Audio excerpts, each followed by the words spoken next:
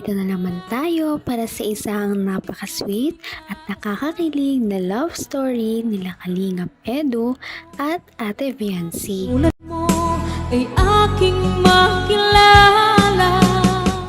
Sa pagpapatuloy ng ating love story ay wala muna si Kalingap Rab, kaya naman ang ibang Kalingap Boys at si Kalingap Edu lamang ang dumalaw kila Ate Viancy. Wala si Viancy sa kanilang bahay kaya panigurado ay nagtitinda na naman ito malapit sa barangay. Kaya naman pinuntahan ito ng Kalingap team at binisita. Pagbisita nila kay Viancy ay kitang-kita nila kung gaano kasipag si Viancy sa pagtitinda. Kaya naman si Kalingap Edu ay agad munang nag-bless sa mama ni Viancy at sa kanyang papa. Napakagalang talaga ni Kalingap Edu. Ganon din naman si Viancy dahil nag-bless din siya sa Kalingap team. Napakainit nga noon, kaya naman binigyan agad ni Viancy ng palamig si Kalingap Edu at binigyan niya rin pagkatapos noon ang ibang Kalingap team. Matagal na rin silang hindi nagkita-kita, kaya naman kinamusta muna ng Kalingap team si Viancy at nagbiruan muna sila bago pumunta sa kanilang pupuntahan. Ano ako'y tanggap. Bilis ka sa akin. Yan. Grabe. Yan. Titignan. Ako, sadya ko lang siya eh. Ano sadya niyo ba dito sa lupa? Sa amin po kasi Ah. ang utos sa amin, Ang yung utos- lupa. Oo, utos sa amin. I-survey yung lupa. Titignan natin yung lupa ngayon kung okay pa. Pero mas maganda yung survey mo. Siya pala. Dalawa ang pinunta ko dito. Grabe talaga. Okay pa na. Kinikilig ako. Ay.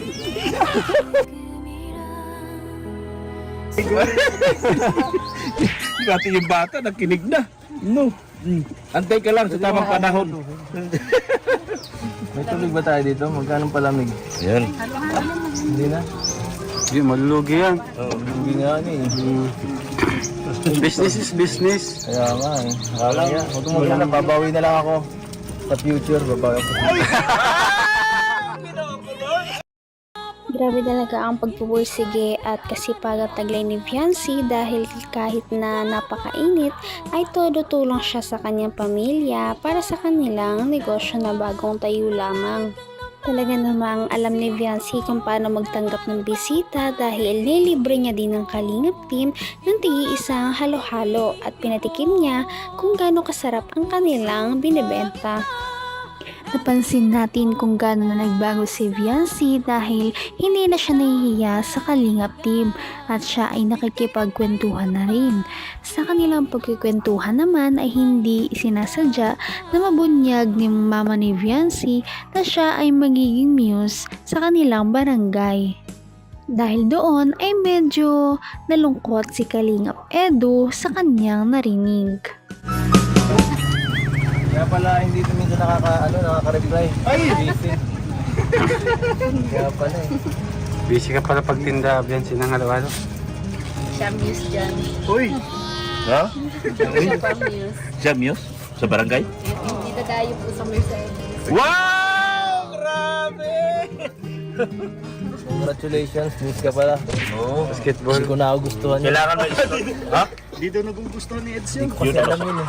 Ha? Hindi nagsabi? Hindi ko alam? Hindi nagpaalam? Hindi po napapaalam. Kinilig pa naman sana ako. Kaso ang maganda Okay lang. Cancel na, cancel. Pwede, pwede. Baka tayo magalitan ng barangay. Oo. Si Celos guys. Pero parang iba naman yung sinasabi sa tono ng pananalita mo, di ako nagsiselos yun. Iba yun sinasabi sa At ayun na nga, makikita natin na parang nagsiselos na si Kalingap Edu dahil magiging muse nga si Viancy sa kanilang barangay. Ngunit sinasabi niya na wala naman daw siyang karapatan kaya okay lang daw sa kanya. Ngunit kahit sabihin pa ni Kalingap Edu na ganon ay wakas sa kanya ang pagiging malungkot. Kaya naman, todo paliwanag din si Ate Viancy na sasabihin niya naman talaga yon kay Kalingap Edu. Kaya nga lang ay naunahan siya ng kanyang mama. bigla nalungkot si Edo nung nalaman na ginawang Muse. Okay lang. Wala tayong karapatan tumanggi. Pag sinabi, okay na.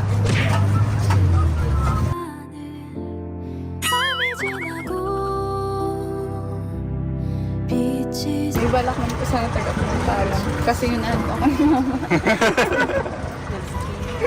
Kuya Edo, anong masasabi mo doon sa paalam ni Ate Biancy? Approve naman sa akin yun. Approve naman sa akin. Wala naman yun sa akin. Wala talaga.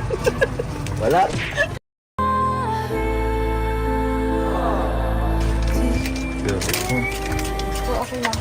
Pagkatapos noon ay umalis sila sa tindahan at pumunta na sa kanilang pupuntahan. Ngayong araw ay pupunta sila sa lupa na pwedeng pagtayuan ng bahay nila fiancé. Ito ay titignan nila kung okay ba kay fiancé o maghahanap pa sila ng iba. Hindi pa naman daw ito final, kaya naman titignan lang muna nila. Sa kanilang paglalakad nga ay hindi maiwasan ni Kalingap Edu na mag-alala kay fiancé dahil napakainit at wala siyang payong. Kaya naman, binigay niya ang kanyang jacket kay fiancé. Talaga namang napaka-gentleman ni Kalingap. Makikita mo talaga na concern lang siya kay fiancé. At hindi niya ito pinapabayaan.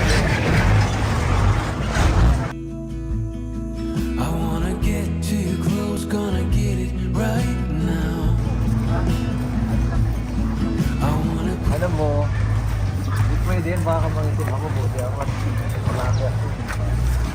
Malayo ba yan?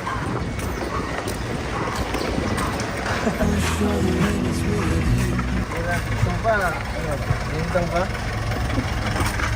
Hintang pa? Okay lang sa akin mangitim. Right now. So what's your feelings? Sa wakas, sa pagkatapos ng mahabang lakaran ay nakarating na nga sila sa lupa na gustong pagtayuan ng bahay. Ngunit ang tanging problema lamang ay masyado nga daw itong malaki at mahal ang presyo. Bukod doon ay wala pa daw tao na dumadaan doon dahil gusto sana ni fiancé na ang bahay nila ay malapit sa maraming tao para naman makapagnegosyo talaga sila at magdagdag sa kanilang hanap buhay. Talaga namang habang nagtitingin-tingin sila sa lugar ay hindi nakakalimutan ni Kalingap Edu na bumanat kay fiancé. Kaya naman, kitang-kita ang kanyang pamumula at mga kilig. Maganda ko lang dito nakita sa lupang ito ay ito eh. There's a lot of colors. Alam mo, napakalayo nito ah. Papayag siya. Parang okay lang sa akin kahit ano eh, basta gusto niya. Parang kahit mas mahirapan ako paghatid. Hindi ano. kasi Kuya Eds. Hindi ka. Pero matingin pa tayo, hindi pa naman final no. Basta choice lang to, choice lang. Pag hindi niya daw nagustuhan, sa inyo na lang daw. Yun nga yun sa akin eh. Pag di mo din gusto, pwede ka makitira muna sa bahay. Joke lang. Pero sa bagay, ano naman, sa kanya naman ng mga choice. Oo. Choice mo yan, ikaw pa rin siyempre ang final. Mag-isip kung anong gusto mo. Mahanap na tayo. Miss ko to eh. Lumayo kasi. Pag nag-college kayo nang iniisip ko rin. Sa ano malayo to po sa yung college dito sa lugar na to. Talaga namang hindi boto si Kalingap Edu na doon itirik ang bahay nila fiancé dahil bukod sa malayo ito sa kanila ay wala pang masyadong tao. Gusto niya sana na ngayong magka-college na si fiancé ay medyo malapit ito sa kanyang school. Napaka-gentleman at mabait talaga si Kalingap Edu dahil inaalala niya kung ano ang personal na gusto ni fiancé. Maya-maya ay naalala na naman ni Kalingap Edu ang lungkot dahil nga magiging news na si fiancé.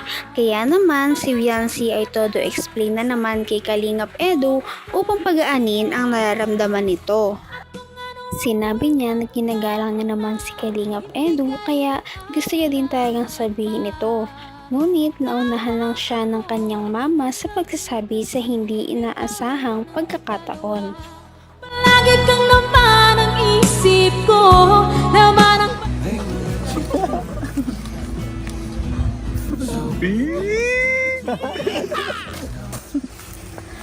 Sa basketball po. Sabihin ko po sana yun kasi nanalo ako ng mama. Wala po ako ng escape po namin. Nice. Hindi po pala narinig kay mama mo yun. Wala na. Ibalak mo ito ang sabihin. Ay, sabagay. Sige na nga. Wala na akong magagawa. Lagi namang wala eh. Na may bigay mo kay Kuya Edo.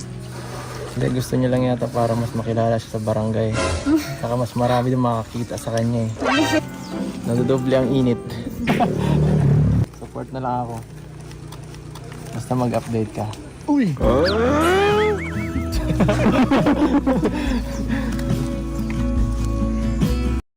Bago sila umalis, inapag-usapan pa nila baka may mga umaaligid sa kanya na basketball player.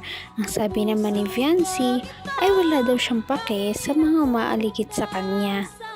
Pagkatapos nilang mag-usap ay napagpasyahan na nilang umuwi.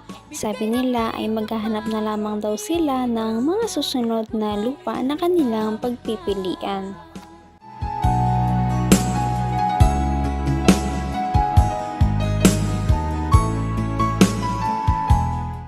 Kaya naman, sana ipatuloy natin silang suportahan at mahalin si Viancy, si Kalingap Edu at ang Kalingap team. Yun lamang at maraming salamat sa panonood. Abangan natin kung magkakatuluyan ba talaga si Kalingap Edu at Viancy. Hanggang sa muli. Bye! Ngayon